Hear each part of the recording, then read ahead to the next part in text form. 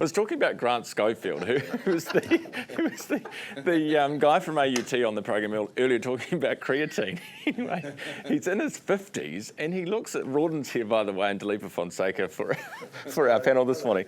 But he looks incredible. He's in his 50s, and I was just saying, normally when you get old people sort of just turn grey. He's really tanned and vital looking, isn't he? Yeah. Are you going to start taking creatine now that you've spoken to him? I feel like he may do more things than creatine, perhaps. The working out, the diet, everything else. Creatine seems maybe the easiest thing to do, so perhaps that is the way, the one thing to adopt. Yeah, kind of it sounded like a miracle drug to me, a miracle supplement. Rawdon. Well, a couple of people in my family take it every day. Oh, really? Yep, my wife does often, but I think it's used by a lot of middle-aged women for all sorts of reasons. My son uses it because he does a lot of gym work, and it's every day. There's powder all over our benches at home. I never know what it is. But it has become a completely normalised. Admit on air, but but it's a normal part of their lives. And I remember Jo was talking to me about it, saying, because she's looking at me going, "You're wasting away. Your muscles are dying. You're going." And we need this, apparently, particularly at our age. Yes. When we get to our mid-40s, when we get to my age, you need it because you've got to somehow replace your wasting muscles.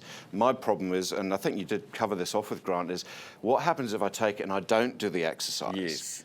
Is it then going to not work? It's not. It doesn't do anything. It won't hurt you, but it doesn't do anything. It doesn't have the effect that it should. Yeah.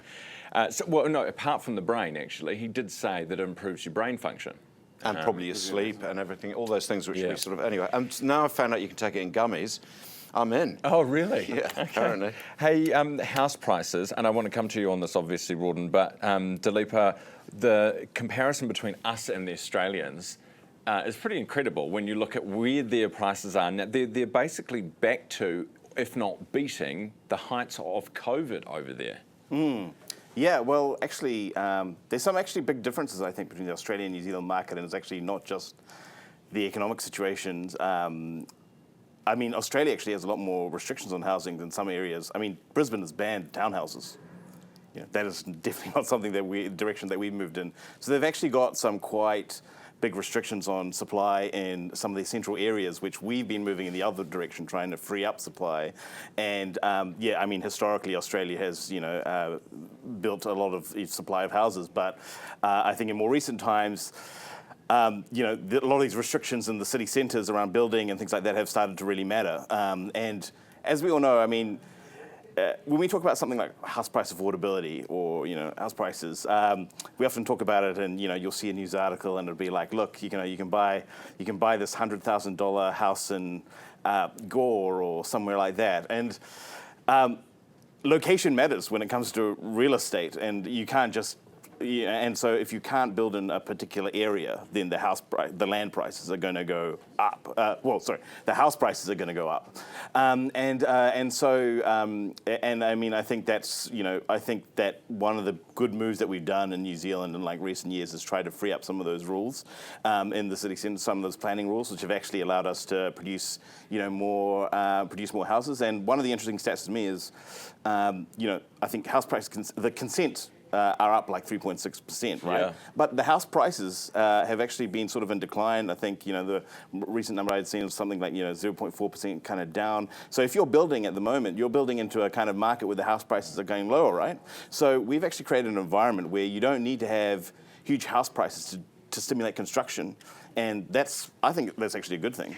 Rawdon, what are you seeing just in the last wee while? I know there's seasonal stuff that happens at this time anyway, but are you seeing the buyers there coming back? The big picture is we've just had 3 months of stability of the same median house price. This is Auckland market. Yeah. 3 months in a row. That to us spells absolute stability. This is now what we think is going to be a solid base from where we will see prices start to lift, particularly in obviously the Reserve Bank's come to the party a little bit now and tried to be more aggressive with trying to stimulate things. I would hope that they'll see another cut come through at the end of the month.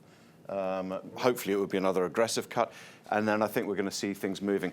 But you've got to remember that we're also looking at immigration figures. We're looking at wages when it comes to housing affordability. We're looking at stimulating. The first home buyer market is particularly strong at the moment.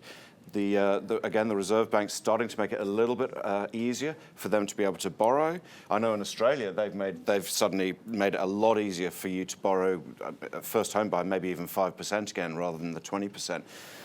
So all those things will start stimulating here.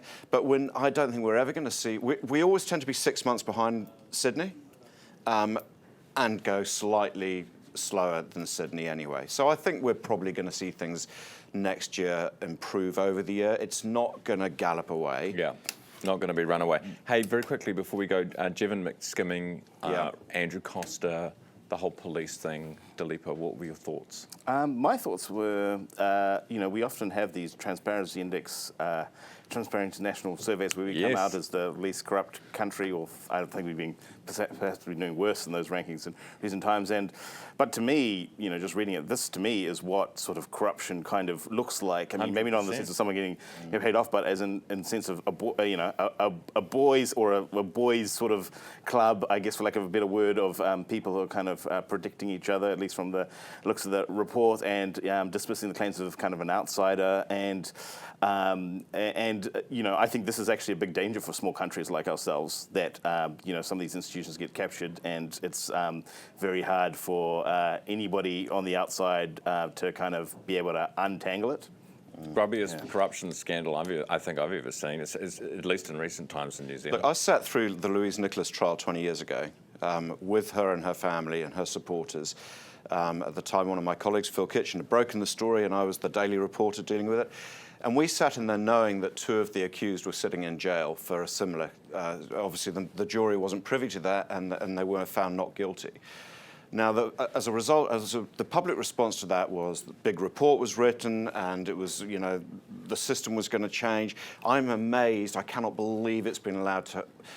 It's not to the same degree, but that the lack of process in the appointment of senior police officers, the lack of accountability to the ministry. I can't believe it's got back to that place again. The good news is it seems that everyone responsible at the moment is really taking this as seriously as they can, and they're going to be slamming this as fast as they can, from ministry through to senior police. But it just amazes me that this guy could end up as Deputy Commissioner again. Absolutely. Dileepa Fonseka and Rawdon Christie on our panel this morning. Thanks so much for being with me, team.